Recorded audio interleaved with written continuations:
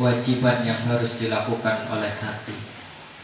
Ba'dama takallama al-musannif rahimahullah ta'ala 'ala al-mu'amalat wa minha an-nikah wan nafaq wal wajib syar'a fil kalam 'ala wajibatul qalb. Jadi sudah lewat pembahasan tentang muamalat, berbagai macam transaksi, membahas tentang akad nikah, membahas tentang nafkah wajib, membahas tentang hal-hal yang berkaitan dengan transaksi sudah lewat. Selanjutnya membahas tentang kewajiban hati, kewajiban yang harus dilakukan oleh hati. Bismillah.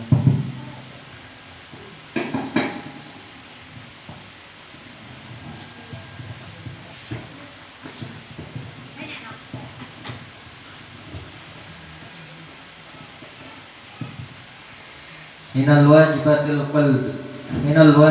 qalbiyyah al-imanu billah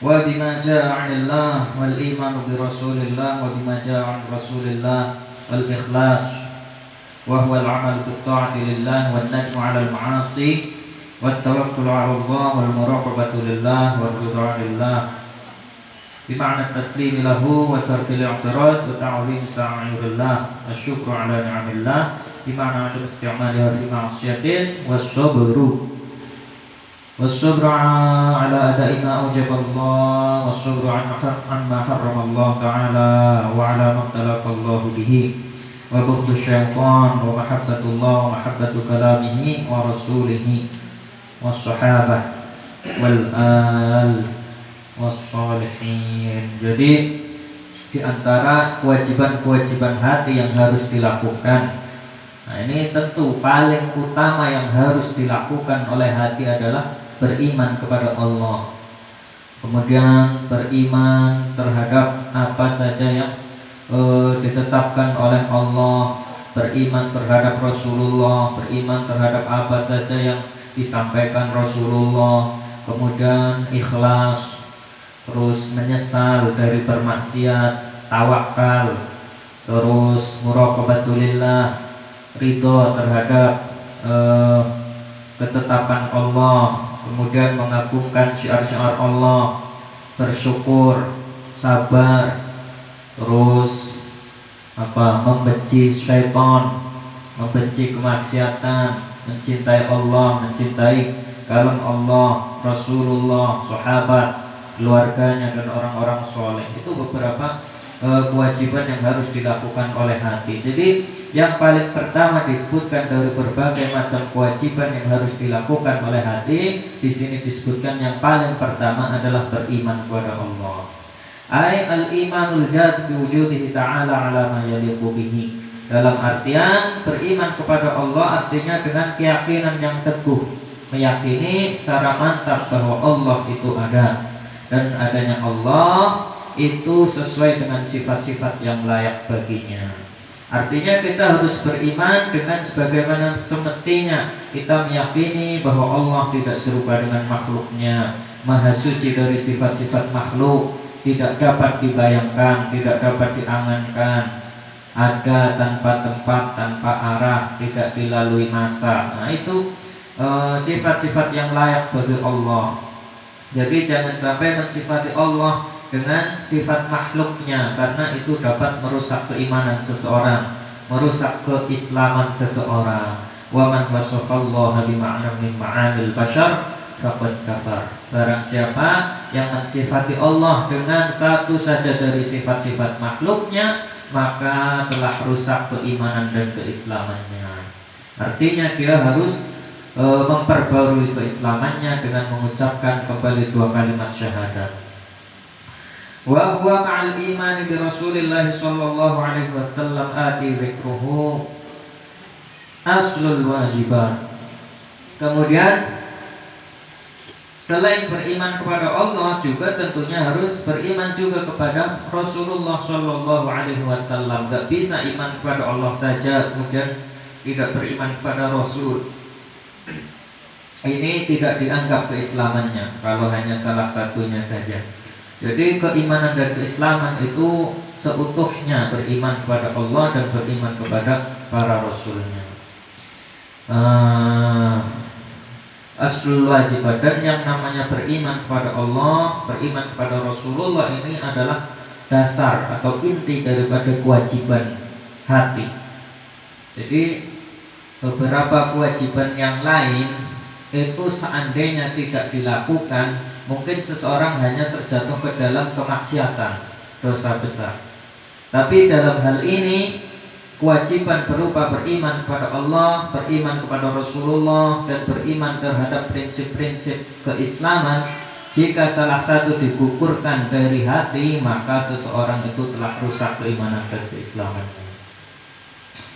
Wal imanu bima ja'a 'anillah minal awamir wan nawahi wal akhbar bi annaha haqqun. Kemudian seseorang juga harus beriman dengan apa saja yang datang dari Allah, artinya berupa perintah, berbagai macam perintah, berbagai macam larangan. Nah, ini harus diimani, jangan didustakan. Hal ini kalau didustakan juga bisa merusak keislaman seseorang. Apa saja yang ditetapkan hukumnya, sholat 5 waktu hukumnya wajib, maka kita harus menerima hal itu, mengimaninya, menerima dengan lapang. Wanawahi, berbagai macam larangan, hukum-hukum, ada yang diharamkan, ini haram, ini haram, ini haram. Nah, ini beriman, artinya menerima dengan apa yang Allah tetapkan, hukum-hukum yang Allah tetapkan. Ini kita harus beriman terhadap hal itu, menetapkannya dan tidak mendustakannya. Kalau sampai mendustakannya, maka seseorang telah merusak keimanan dan keislamannya. Seperti seseorang meyakini sholat 5 waktu itu tidak wajib. Nah, ini sama saja dia telah merusak keimanan dan keislamannya. Karena semua umat Islam itu meyakini bahwa sholat 5 waktu itu hukumnya wajib. Itu seperti itu. Kemudian hal-hal yang jelas diharamkan dalam agama, semisal berzina, mencuri, berbohong, itu jelas semua umat Islam meyakini bahwa hal-hal itu adalah haram. Kalau ada orang Islam tapi meyakini hal-hal itu sebagai halal, maka dia telah merusak keislamannya, sudah keluar dari Islam. Kemudian wal akhbar annaha haqqun, juga apa saja yang datang dari Allah, yang disampaikan oleh Allah dalam firman-firman-Nya, kita juga harus beriman, mengimani bahwa hal itu semua itu benar. Adanya surga, adanya neraka, adanya hari kiamat dan lain sebagainya, itu kita harus mengimaninya, mengimani keberadaannya. Wal iman bi Rasulillah sallallahu alaihi wasallam annahu Rasulullah haqqo, juga beriman terhadap Rasulullah, artinya kita meyakini bahwa Rasulullah itu benar. Wa bima ja'a Rasulullah sallallahu alaihi wasallam min al-ahkam wal akhbar, Rasulullah itu senantiasa benar, apa yang disampaikannya adalah wahyu dari Allah. Wa ma yantiqu 'anil hawa in huwa illa wahyun yuha. Kemudian kita juga harus beriman terhadap apa saja yang disampaikan oleh Rasulullah, apa saja yang dibawa oleh Rasulullah, berupa hukum-hukum halal, haram, akhbar, berbagai macam kabar, adanya tentang siksa kubur, nikmat kubur, hari kiamat, padang mahsyar, jembatan sirat, pahala, siksa, surga, neraka, dan lain sebagainya. Itu selaku umat Islam harus beriman terhadap hal itu. Dan termasuk kewajiban hati harus beriman terhadap itu semua yang ditetapkan oleh Rasulullah, yang disampaikan oleh Rasulullah sallallahu alaihi wasallam. Wal ikhlasu wa huwal 'amalu bit ta'ati lillahi wahdah. Kemudian di antara kewajiban yang harus dilakukan oleh hati adalah ikhlas. Nah, ini juga termasuk kewajiban yang harus dilakukan oleh hati. Wa huwal 'amalu bit ta'ati lillahi wahdah. Jadi kadang kita nyebut ikhlas. Ikhlas itu gimana sebenarnya ikhlas itu? Nah, ikhlas itu adalah wa huwal 'amalu bit ta'ati lillahi wahdah. Artinya beramal ketaatan, beramal saleh, dengan tujuan lillahi ta'ala, mengharapkan ridha Allah Subhanahu wa taala semata, tidak ada niatan lain-lain selain mengharapkan ridha Allah Subhanahu wa taala. Itu yang namanya ikhlas. Jadi melakukan amal ketaatan disertai dalam hatinya murni mengharapkan ridha Allah, bukan mengharapkan yang lain-lainnya. Faman kana yarju liqa'a rabbih falya'mal 'amalan shalihan wa la yusyrik bi 'ibadati rabbih ahada. Itu dalam Al-Qur'an sendiri disebutkan tentang kewajiban ikhlas, perintah untuk ikhlas dalam hati dalam beramal. Ayyukhlis niyata min ayyaqsida biha 'inda al-'amali shalih mahmadatan nas wan nazar ilaihi bi'ainil ihtiram. Artinya seseorang dalam beramal ketaatan, dalam beramal saleh itu memurnikan niatnya, memurnikan niatnya. Dari apa? Dari semisal mengharapkan pujian orang lain, mengharapkan dipandang orang lain supaya jadi dimuliakan dan seterusnya. Nah itu. Jadi murni beramal bukan karena supaya dilihat orang lain, bukan karena supaya dilihat menantu, bukan supaya dilihat siapa saja. Intinya amal taat yang dia lakukan murni mengharapkan ridha Allah. Artinya udah nggak usah pedulikan orang mau bilang apa. Intinya saya beramal mengharapkan ridha Allah, sudah. Jangan mengharapkan lain-lain. Ittaqur riya fa innahu syirkun asghar. Dalam hadis disebutkan jauhi atau hendaknya jauhi riya. Ini perintah untuk menjauhi riya. Fa innahu syirkun asghar, karena riya itu syirkun asghar, disebut syirik, syirik kecil. Maksudnya justru itu adalah dosa besar. Itu seperti itu. Kalau syirik saja biasanya diungkapkan untuk semisal dosa yang mengeluarkan seseorang dari Islam. Tapi ini ada penyebutan syirik kecil, artinya itu dosa yang besar. Itu seperti itu. Saking beratnya dosanya sehingga sampai diserupakan dengan dosa syirik. Itu seperti itu. Dosa riya itu udah menghancurkan amal kita. Sholat misal disertai riya, itu apa yang didapat? Gak ada yang didapat dari pahala sedikit pun, gak ada. Bahkan bukannya dapat pahala, justru mendapatkan dosa, sebab menyertakan riya dalam hatinya. Itu seperti itu. Bukannya dapat pahala, tapi justru dia malah mendapat dosa. Itu orang yang riya dalam hatinya dalam beramal soleh. Makanya perintah atau diantara kewajiban bagi hati, seseorang harus mengikhlaskan hatinya atau menata hatinya untuk ikhlas dalam beramal soleh, murni mengharapkan ridha Allah, murni melaksanakan perintah Allah. Wan nadamu 'alal ma'asi. Kemudian diantara kewajiban yang dilakukan oleh hati adalah menyesal atas kemaksiatan. Jadi ayyastash'ara fi qalbihi an-nadam li'annahu 'asallah. Artinya seseorang itu harus merasa dalam hatinya penyesalan yang dalam karena telah bermaksiat kepada Allah. Jadi orang yang telah bermaksiat, di antara kewajiban yang harus dilakukan oleh hatinya itu harus punya rasa penyesalan. Penyesalan telah bermaksiat kepada Allah. Itu seperti itu. Jadi sewajarnya namanya manusia biasa itu kadang terjatuh ke dalam kemaksiatan. Kita bukan nabi. Nah, itu kita tidak terpelihara terjatuh ke dalam kemaksiatan. Ya memang kita bukan nabi, sah-sah saja terjatuh ke dalam kemaksiatan. Selanjutnya kewajibannya apa? Harus menyesal.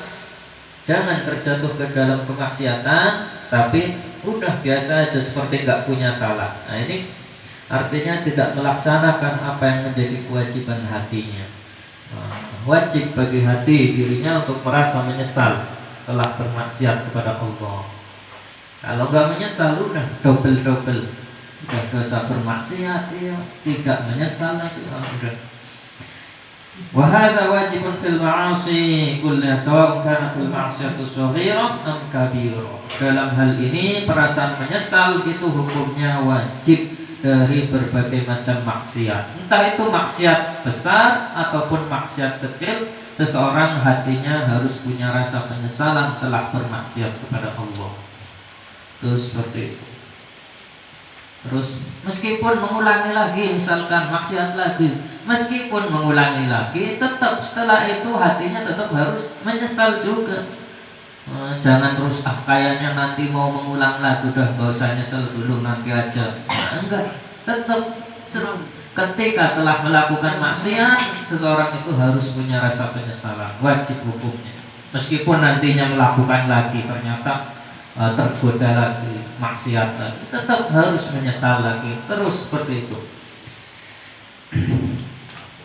Wa tawakkulu al-i'timad 'ala Allah wahdahu. Di antara kewajiban hati juga seseorang harus bertawakal atau memasrahkan diri terhadap Allah, berpegang terhadap Allah, udah memasrahkan segala urusannya terhadap Allah. Wa 'alallahi falyatawakkalul mu'minun. Nah, itu dalam Al-Qur'an disebutkan kepada Allah orang-orang yang beriman itu hendaknya bertawakal, memasrahkan diri, memasrahkan segala urusannya kepada Allah Subhanahu wa taala. Itu kewajiban yang harus dilakukan oleh hati. Artinya hati kita harus benar-benar memasrahkan, artinya mengakui segala sesuatu itu hakikatnya Allah yang menentukan, yang menciptakan, dan lain sebagainya. Intinya berpegang kepada Allah itu suatu kewajiban, berpegang teguh. Wal muraqabatu lillah. Kemudian di antara kewajiban hati adalah muraqabatu lillah. Apa itu? Wa hiya istidamatu khaufillahi ta'ala bil qalbi bihaitsu yahmalu dzalika 'ala ada'i ma aujaballah wa tarki ma harramahu. Artinya senantiasa melanggengkan dalam hatinya, mempunyai rasa takut terhadap Allah. Bihaitsu yahmalu dzalika 'ala ada'i ma aujaballah wa tarki ma harramahu. Artinya punya rasa takut dalam hatinya terhadap Allah, itu yang menjadikan dia sehingga dia mau melaksanakan kewajiban dan meninggalkan semua yang diharamkan. Itu. Jadi maksudnya senantiasa melakukan kewajiban dan meninggalkan keharaman. Waridha an taqdirillah bi ma'na taslimi lahu wa tarkil i'tirad. Kemudian di antara kewajiban hati adalah rela terhadap ketentuan Allah, terhadap takdir Allah. Dalam artian bimakna taslimi lahu, menerima semua ketetapan Allah, entah manis maupun pahit, baik maupun buruk, hati kita harus rela menerimanya bahwa itu adalah ketentuan Allah. Wa tarkil i'tirad, dan tidak menentangnya. Itu alih bi syai'in mimma qaddarahu Allah, mimma qaddara wa qada sawa'un kana hulwan am murra. Artinya kejadian apapun, entah manis ataupun pahit, baik maupun buruk, hati kita harus mengakui, harus menerima bahwa itu adalah ketetapan Allah, bahwa itu adalah ketentuan Allah. Jangan sampai menentang, sampai menganggap bahwa itu bukan ketentuan Allah. Nah, ini bisa rusak keimanan dan keislamannya. Atau tidak rela dengan ketentuan Allah, ini juga bisa merusak keimanan dan keislamannya. Siapa yang berhak menghidupkan dan mematikan? Allah. Nah, jadi kalau orang ditinggal seseorang yang disayanginya dan seterusnya, hati kita harus mengakui secara pasti bahwa itu adalah ketetapan Allah. Harus menerima dengan lapang. Sedih wajar sedih, menangis gak masalah menangis, cuma jangan sampai hati kita menentang terhadap apa yang ditetapkan oleh Allah. Kita harus menerimanya, entah itu manis maupun pahit. Wa ta'zim syairillah, kemudian di antara kewajiban hati adalah mengagungkan syiar-syiar Allah, simbol atribut-atribut syiar-syiar Allah, bi ayyunzilaha al-manzilat allati amara Allah biha la dunaha wa la yastahin biha bi inzaliha dunal manzilati allati amara Allah biha. Mengagungkan syiar-syiar Allah artinya menempatkan pada posisinya sebagaimana semestinya, tidak menaruh pada sesuatu yang tidak semestinya atau malah menghinakannya. Nah, seperti misal Inna Umar kana yujammiru masjid Rasulullah sallallahu alaihi wasallam kulla Jum'ah. Mengagungkan syiar Allah seperti yang dilakukan oleh sahabat Umar. Jadi setiap Jumat itu beliau memberi wangian ke masjid Rasulullah. Ngukupi wangian setiap hari Jumat, memuliakan masjid dan lain sebagainya. Nah, itu seperti itu. Jadi apa-apa syiar-syiar Allah yang semestinya dimuliakan maka kita muliakan. Jangan sampai dihinakan, jangan sampai direndahkan. Itu seperti itu. Wasyukru ala ni'amillah, asyukru al-wajib bima'na adam isti'maliha fi ma'siyatil mun'im. Kemudian di antara kewajiban hati adalah syukur atas segala nikmat yang Allah berikan, dan ini adalah syukur yang wajib. Jadi syukur itu ada yang wajib, ada yang sunnah. Yang wajib itu yang ini, syukur atas segala nikmat yang Allah berikan, dalam artian tidak menggunakan nikmat-nikmat tersebut untuk bermaksiat kepada Allah. Itu adalah syukur yang wajib. Jadi kita diberikan nikmat berupa kaki yang sehat, jangan digunakan untuk melangkah menuju kemaksiatan. Kita diberikan nikmat tangan yang normal, jangan digunakan untuk bermaksiat kepada yang memberi nikmat. Kita diberi nikmat penglihatan mata, jangan digunakan untuk bermaksiat terhadap yang memberi nikmat. Nah, ini termasuk syukur yang wajib. Yang disebut syukur adalah seperti itu. Tidak menggunakan kenikmatan untuk bermaksiat kepada yang memberi kenikmatan itu. Itu maksud dari syukur yang wajib. Adapun syukur yang sunnah itu seperti misal mendapatkan kenikmatan, kita mengucapkan alhamdulillah. Itu. Tapi syukur yang wajib adalah kenikmatan-kenikmatan yang kita miliki itu tidak kita gunakan untuk bermaksiat kepada Allah. Itu baru disebut sebagai syukur yang wajib. Wasabru wa huwa habsun nafsi wa qahru ala makruhin tatahammaluhu aw ladhirin tufariquhu. Kemudian di antara kewajiban hati, seseorang itu harus bersabar. Sabar itu apa? Sabar itu menahan nafsu. Menahan nafsu, memaksanya. Dari apa? Dari hal-hal yang dia benci untuk ditanggungnya, atau dari hal-hal yang dia senang untuk terpisahkannya supaya jadi terpisah. Ini intinya hal-hal yang mana tidak disenangi nafsu, hal-hal yang disukai nafsu. Nah, ini kalau bagusnya dijauhkan maka dijauhkan, bagusnya didekatkan, dijauhkan dan lain sebagainya. Jadi afwan wa wajibuhu salah satu aqsamin, awwaluha as-sabru ala ada'i ma aujaballah, was-sabru amma harramallah ta'ala wa ala ma talaqallahu bihi. Jadi sabar sendiri ini, menahan nafsu ini ada pembagiannya, ada 3 macam. Ya, menahan nafsu ini ada 3 macam pembagiannya. Yang pertama adalah sabar dalam menjalankan semua yang diwajibkan oleh Allah. Itu juga termasuk sabar. Itu termasuk sabar adalah melaksanakan semua yang diwajibkan oleh Allah. Karena tidak mudah menjalankan apa yang diwajibkan oleh Allah. Kita sholat harus dingin-dingin, ngambil wudhu, ngambil air wudhu, bangun pagi, melaksanakan sholat. Itu bukan hal yang disukai oleh nafsu.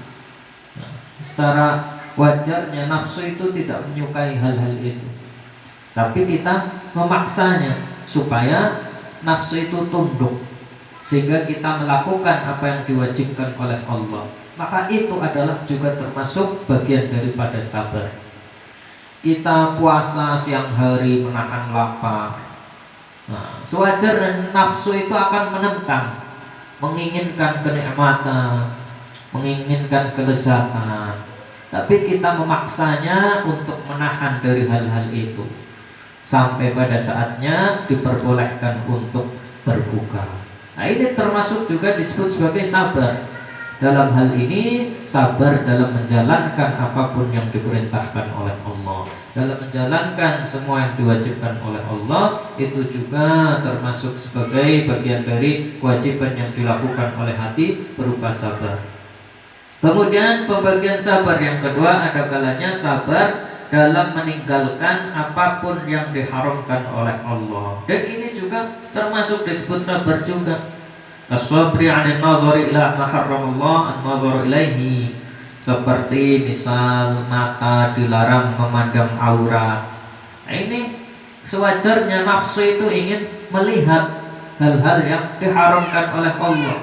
Tapi ketika kita memaksa nafsu itu supaya tidak melakukan hal-hal haram tersebut, maka itu juga disebut sebagai sabar dalam meninggalkan apa yang diharamkan oleh Allah.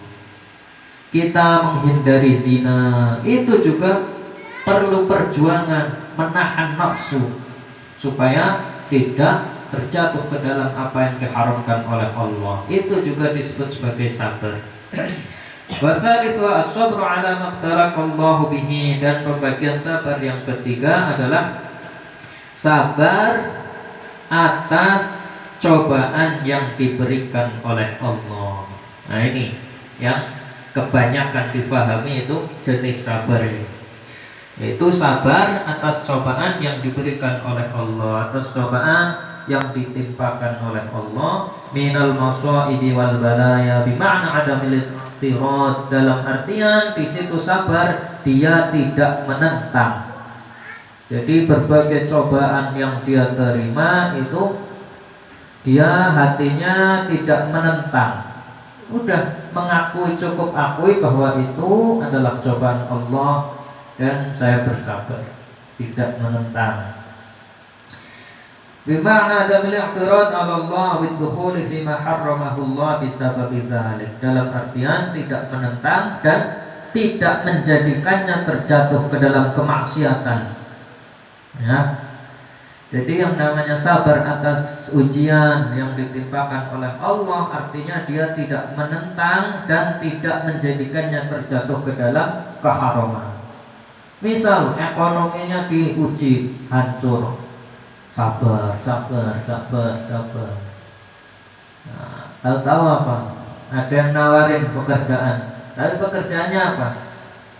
Jadi tukang riba misal, jadi tukang pegawai bank misal, suruh melakukan transaksi riba. Kalau dia mau, sama saja belum sabar, karena sama saja dia akan terjatuh ke dalam keharaman. Itu seperti itu. Yang dianggap sabar adalah berbagai ujian yang diberikan oleh Allah, dia tidak menentangnya dan tidak menjadikannya terjatuh ke dalam keharaman yang lainnya. Tidak terjatuh ke dalam keharaman, menjadikannya misalnya apa ya, intinya sebab diuji terus jadi meninggalkan sholat, jadi meninggalkan ngaji, jadi meninggalkan ketaatan.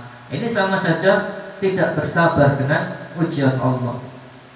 Nah, yang disebut sabar terhadap ujian Allah tidak menentangnya, dan ketika ada kewajiban tetap dia laksanakan, terus keharaman tetap dia tinggalkan. Jangan sampai dengan ujian itu justru menjadikannya terjatuh ke dalam keharaman, maka orang tersebut telah meninggalkan sabar yang diwajibkan. Wa bughdus syaitan. Kemudian di antara kewajiban hati adalah membenci kepada syaitan. Ini hukumnya wajib, hati itu harus membenci syaitan. Dalam Al-Quran disebutkan fattakhidhuhu aduwwa, jadikanlah syaitan sebagai musuh kalian. Artinya kita harus membencinya. Wasyaitan huwal kafiru minal jinni abuhumul akbar. Iblis yang disebut syaitan itu bangsa jin yang kafir. Jadi jin juga ada yang muslim, ada yang kafir. Nah, yang kafir ini disebut sebagai syaitan. Itu seperti itu. Ya, jin itu ada yang muslim, ada yang kafir. Ada yang mukmin, ada yang kafir. Nah, yang kafir ini, jin-jin yang kafir ini disebut sebagai syaitan. Itu kita hukumnya wajib untuk membencinya. Abuhumul akbar iblis, dedengkot setan ini, dedengkotnya setan. Nah, ini namanya iblis, disebut sebagai iblis. Disebut sebagai iblis. Wa bughdul ma'asi li'anna Allah zammaha wa harrama 'alaina fi'laha. Nah, jadi kemudian di antara kewajiban hati itu seseorang harus membenci kemaksiatan. Artinya hati dia harus membenci kemaksiatan. Lianna Allah zammaha wa harrama 'alaina fi'laha, karena memang Allah mencela orang yang melakukan maksiat. Kemudian Allah juga mengharamkan untuk orang melakukan bermaksiat. Artinya kita harus membenci kemaksiatan. Misal meskipun terjatuh, meskipun dia memang terjatuh nyatanya dalam kemaksiatan, tapi tetap hati dia harus membenci kemaksiatan itu. Kalau merasa senang, tambah lagi double maksiat lagi. Udah. Ini berbicara tentang hati kita, kewajiban yang harus dilakukan oleh hati. Raganya bermaksiat, hatinya harus membencinya. Kalau hatinya tidak membencinya, udah double maksiat. Kemaksiat, raganya bermaksiat, hatinya bermaksiat, tambah dan seterusnya. Nah, termasuk kewajiban hati adalah membenci kemaksiatan. Dan jangan membantu kemaksiatan, karena membantu dalam bermaksiat sama saja dia juga bermaksiat. Senang terhadap kemaksiatan juga termasuk maksiat, meskipun dia tidak melakukan kemaksiatan itu. Misal dia tahu di sana ada sedang dilakukan kemaksiatan misal. Kemudian di sini hatinya ikut senang, sama saja dia melakukan maksiat. Itu seperti itu. Jadi kemaksiatan itu hati kita harus membencinya. Wa mahabbatullah bita'zim al-wajib at-tadhallul lahu ghayat at-tadhallul. Kemudian di antara kewajiban hati kita harus mencintai Allah, artinya dengan mengagungkannya. Kemudian merendahkan diri kita serendah-rendahnya terhadap Allah. Wa mahabbatu kalamihi, mencintai kalam Allah, Al-Quran bil iman bi, artinya mencintai Al-Quran dengan cara beriman terhadapnya.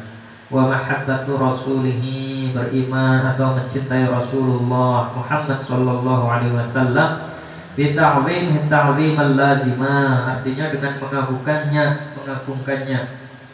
dengan pengagungan yang semestinya. Wa mahabbatu sa'iri ikhwanihin nabiyyin alaihi wassalatu wassalam, mencintai seluruh nabi dengan mengagungkannya juga. Wa mahabbatu sahabati min haitsul ijmal, juga harus mencintai sahabat-sahabat Nabi dalam artian secara global. Secara global bimakna ta'zimihim. Jadi mencintai sahabat secara global itu wajib, Tapi kalau secara individu itu tergantung, karena ada beberapa sahabat itu yang berhak untuk dibenci karena melakukan kemaksiatan. Tapi kalau secara melihat secara keseluruhan, kita harus mencintai. Maksudnya mencintai secara ijmal, global. Karena kalau diperinci nanti ada yang berhak untuk dibenci. Seperti Muawiyah. Nah, itu berhak untuk dibenci karena melakukan kesalahan, melakukan dosa. Kemudian di mana ta'zimihim fa innahum ansaru dinillah wa la siyama as-sabiqunal awwalun. Jadi mencintai sahabat itu wajib karena mereka adalah penolong agama Allah, terutama mereka yang disebut as-sabiqunal awwalun minhum wa sahabah jam'u sahabi wa huwa man istama'a mu'minan bin nabiy sallallahu alaihi wasallam min tariqil 'adati wa mata 'ala dzalik. Yang disebut sahabat sendiri adalah orang yang berkumpul dengan Nabi, sempat bertemu Nabi dan beriman kepada Nabi. Ya, berkumpulnya ini berkumpul secara normal, wajar. Artinya bertemu tatap muka, wajar. Beda kalau bertemunya dalam mimpi. Nah, ini tidak disebut sahabat. Misal sekarang ada orang melihat Nabi dalam mimpi, terus disebut sahabat, enggak. Nah, yang disebut sahabat itu bertemu Nabi di kehidupan nyata, berkumpul dengan Nabi dan beriman kepada Nabi. Wa ma ta'ala dzalik, dan meninggal pun dalam keadaan beriman kepada Nabi. Itu namanya sahabat Nabi. Nah, ini wajib kita untuk mencintainya.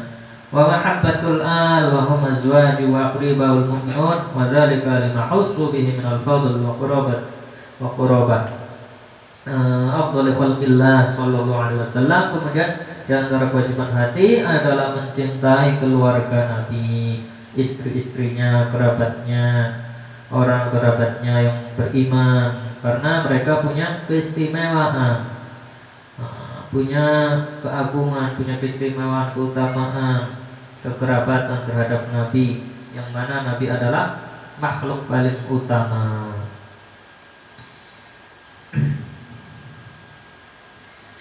Wa mahabbatu shalihin li'annahum ahbabullah lima lahum minal qurb ilaihi ta'atihil kamilah. Juga wajib juga untuk hati untuk mencintai orang-orang saleh, karena mereka adalah hamba-hamba yang diridhai oleh Allah, ya, melakukan ketaatan secara sempurna dan seterusnya. Itu juga kita wajib mencintainya. Ini betapa agungnya orang-orang saleh sampai sering disebutkan dalam at-tahiyyat sendiri, kan sering disebutkan. Assalamualaikum ayyuhan nabiyyu wa rahmatullahi wa barakatuh. Assalamualaikum wa ala ibadillahis sholihin. Orang-orang saleh artinya mereka yang senantiasa melaksanakan kewajiban, melaksanakan apa saja yang Allah perintahkan, dan senantiasa meninggalkan apa saja yang Allah larang, meninggalkan apa saja yang Allah haramkan. Itu orang-orang saleh, harus kita mencintainya. Kalau dianggap saleh tapi tidak melakukan hal-hal ini, ngaji saja tidak, ilmu yang wajib saja tidak tahu, itu tidak layak disebut sebagai orang saleh. Jadi itu beberapa di antara kewajiban hati yang harus dilakukan oleh hati, yang kalau ditinggalkan ada kalanya kufur, ada kalanya berdosa besar. Yang ada kalanya kufur seperti kewajiban beriman terhadap Allah, beriman terhadap Rasul. Kalau ditinggalkan kufur, keluar dari Islam. Selainnya bisa berdosa besar seperti kewajiban ikhlas, kalau ditinggalkan jatuhnya ke dalam riya dan seterusnya. Ma'asil qalbi wallahu a'lam bishawab.